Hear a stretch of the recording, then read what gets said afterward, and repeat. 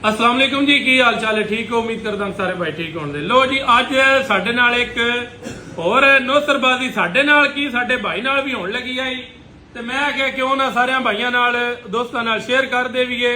साडे नाल जे करन जना आ गया तो हो सकता सवेरे तुहाडे नाल भी करन आवे ते तुहाडे तक मेरा मैसेज पहुंच जाए ते ओहदे तो तुसीं अगाह हो जाओ।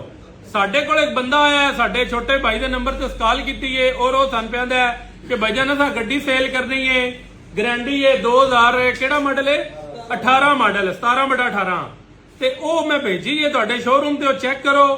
ਮਾਲਕ ਨੂੰ ਇਹ ਗੱਲ ਪੈ ਕਰਦੇ ਕਿ ਸਾਡਾ ਸ਼ੋਰੂਮ ਆਪਣਾ ਮੇਰੇ ਭਾਈ ਨੇ ਉੱਤੇ ਬੈਠੇ, ਉਹਨਾਂ ਕੋਲ ਜਾਓ, ਉਹਨਾਂ ਨੂੰ ਗੱਡੀ ਚੈੱਕ ਕਰਾਓ ਤੇ ਉਹ ਤੁਹਾਨੂੰ ਬਿਆਨਾ ਦੇਣ ਦੇ ਤੇ ਕਾਗਜ਼ ਤੇ ਗੱਡੀ ਉਹਨਾਂ ਦੇ ਹੈਂਡਓਵਰ ਕਰੋ।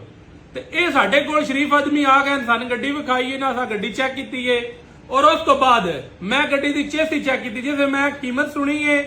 ਹਮੇਸ਼ਾ ਸਾਡੀ ਜਿਹੜੀ ਹੈ ਨਾ, ਸਾਡਾ ਦਿਮਾਗ ਡੀਲਰਾਂ ਦਾ ਖਾਸ ਕਰਕੇ ਉਹ ਕੰਮ ਉਸ ਵੇਲੇ ਕਰਦਾ ਜਿਵੇਂ ਬਾਹਲੀ ਸਸਤੀ ਗੱਡੀ ਹੋਵੇ ਉਹ ਤਾਂ ਚੈੱਕ ਕਰਨੀ ਹੁੰਦੀ ਹੈ ਤੇ ਜਾਂ ਬਾਹਲੀ ਮਹਿੰਗੀ ਜਿਸ ਵੇ ਅਗਲਾ ਬੰਦਾ ਕਿ ਉਹ ਤੇ ਮੁੰਡਾ ਸੀ ਵੇਖੀ ਕਦੀ ਨਹੀਂ। ਮੈਂ ਗੱਡੀ ਵੇਖਣ ਲੱਗ ਪਿਆ, ਮੈਂ ਗੱਡੀ ਦੀ ਚੇਸੀ ਚੈੱਕ ਕੀਤੀ ਹੈ ਔਰ ਮੈਂ ਆਖਿਆ ਗੱਡੀ ਤੇ ਠੀਕ ਹੈ। ਫਿਰ ਮੈਂ ਜਣੇ ਨੂੰ ਬੁਲਾਇਆ ਅੰਦਰ, ਮੈਂ ਆਖਿਆ ਹਾਂਜੀ ਭਾਈਜਾਨ ਗੱਡੀ ਸਾਡੇ ਕਿਵੇਂ ਦਿੰਦੇ ਹੋ ਤੁਸੀਂ? ਇਹਨਾਂ ਆਖਿਆ ਭਾਈਜਾਨ ਤੁਹਾਡੀ ਉਹ ਦਾਊਦ ਭਾਈ ਨੇ ਕੋਈ ਉਹਨਾਂ ਨਾਲ ਤੁਹਾਡੀ ਗੱਲ ਨਹੀਂ ਹੋਈ? ਮੈਂ ਆਖਿਆ ਜਨਾਬ ਹੋਈ ਏ, ਉਹ 38 ਲੱਖ ਮੰਗਦੇ ਤੇ ਮੈਂ ਉਹਨਾਂ ਨੂੰ 35 ਲੱਖ ਰੁਪਇਆ ਆਖਿਆ। ਭਾਈ ਰਾਂ ਦੇ ਤੋਤੇ ਉੱਡ ਗਏ ਨਹੀਂ ਨਾ, ਆਖਿਆ ਮੇਰੀ ਗੱਡੀ 50 ਲੱਖ ਦੀ ਏ ਤੇ ਦਾਊਦ ਸਾਹਿਬ ਜਿਹੜੇ ਨੇ ਉਹ 35 ਲੱਖ ਦੀ ਪਾ ਦਿੰਦੇ ਨੇ। ਇੰਜੀ ਗੱਲ ਹੈ ਭਾਈਜਾਨ।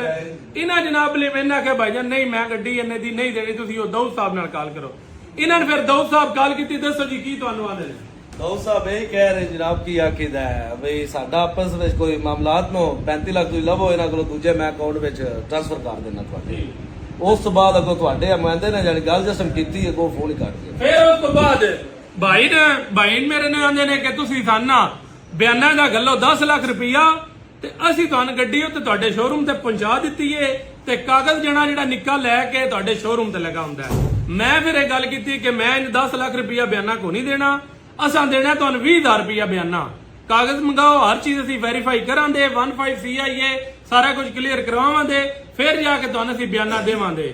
ਤੇ ਅਸੀਂ ਜਿਸ ਵੇਲੇ ਇਹ ਗੱਲ ਕੀਤੀ ਹੈ ਫਿਰ ਨਾਲ ਹੀ ਜਿਹੜੇ ਜਿਸ ਸਨ ਕਾਲ ਕੀਤੀ ਦਾਊਦ ਸਾਹਿਬ ਉਹ ਥੋੜੇ ਜਿਹਾ ਸਲਿੱਪ ਹੋ ਗਏ। ਮੈਂ ਉਹਨਾਂ ਕੋਲ ਪੁੱਛਣ ਲੱਗ ਪਿਆ ਭਾਈਜਾਨ ਤੁਹਾਡਾ ਇਲਾਕਾ ਕਿਹੜਾ ਹੈ, ਤੁਹਾਡੀ ਜਗ੍ਹਾ ਆਪਣਾ ਪਿੰਡ ਕਿਹੜਾ ਹੈ, ਤੁਸੀਂ ਕਿੱਥੋਂ ਦੇ ਰਹਿਣ ਵਾਲੇ ਹੋ?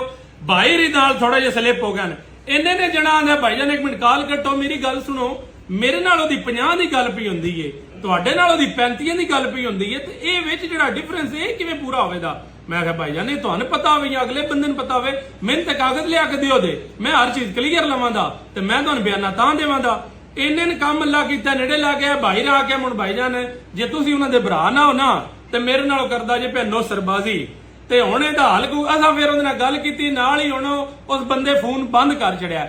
ਇਸ ਦਾ ਮਤਲਬ ਇਹ ਆਈ ਕਿ ਉਹਦਾ ਦਿਲ ਆਈ ਕਿ 10 ਲੱਖ ਰੁਪਇਆ ਆਵੇ ਮੇਰੇ ਅਕਾਊਂਟ ਵਿੱਚ, ਜਿਹੜਾ ਗੱਡੀ ਲੈ ਕੇ ਗਿਆ ਉਹ ਭਵੇ ਉੱਤੇ ਸ਼ੋਰੂਮ ਤੇ 10 ਲੱਖ ਵਿੱਚ ਤੇ ਕਾਗਜ਼ ਜਿਹੜਾ ਪਿੱਛੋਂ ਲੈ ਕੇ ਉਹਦਾ ਅੱਬਾ ਪਿਆ ਹੁੰਦਾ ਜਾਂ ਉਹਦੀ ਮਾਸੀ ਪਈ ਹੁੰਦੀ ਜਾਂ ਪਿਓ ਚਾਚਾ ਪਿਆ ਹੁੰਦਾ, ਉਹ ਅਸੀਂ ਜਨਾਬ ਤਾਰੇ ਵੇਂਦੇ ਰਹਿੰਦੇ। ਤੇ ਬਰਾਏ ਮਿਹਰਬਾਨੀ ਇੰਜ ਦੇ ਨੋ ਸਰਬਾਜ਼ਾਂ ਤੋਂ ਤੁਸੀਂ ਸਾਰਿਆਂ ਵੀਰ ਭਰਾਵਾਂ ਬਚਣਾ ਹੈ ਔਰ ਇੰਜ ਦੇ ਬੰਦਾ ਕੋਈ ਵੀ ਤੁਹਾਨੂੰ ਆਖੇ ਮੇਰਾ ਆ ਰਿਹਾ ਜਾ ਰਿਹਾ ਦੇ ਰਿਹਾ ਨਹੀਂ, ਕਿਸੇ ਬੰਦੇ ਨੂੰ ਬਿਆਨਾ ਨਹੀਂ ਦੇਣਾ। ਗੱਡੀ ਕਾਗਜ਼ ਹਰ ਚੀਜ਼ ਜਦੋਂ ਕਲੀਅਰ ਹੋ ਰਵੇ ਫਿਰ ਤੁਸੀਂ ਸਾਰਿਆਂ ਭਾਈਆਂ ਬਿਆਨਾ ਦੇਣਾ ਤੇ ਗੱਡੀ ਆਪਣੇ ਹੈਂਡਓਵਰ ਕਰਨੀ ਹੈ। ਬੜੀ ਮਿਹਰਬਾਨੀ, ਬਹੁਤ ਸ਼ੁਕਰੀਆ। ਮੈਂ ਸਿਰਫ ਇਹ ਗੱਲ ਤੁਹਾਡੇ ਨਾਲ ਸ਼ੇਅਰ ਇਸ ਤੋਂ ਪਿਆ ਕਰਨਾ ਕਿ ਸਾਡੇ ਨਾਲ ਜੇ ਜਣਾ ਕਰਨ ਆ ਗਿਆ ਤੇ ਫਿਰ ਹੀ ਹੋ ਸਕਦਾ ਤੁਹਾਡੇ ਤੱਕ ਕੱਪੜ ਜਾਏ। ਬਹੁਤ ਸ਼ੁਕਰੀਆ ਸਰ।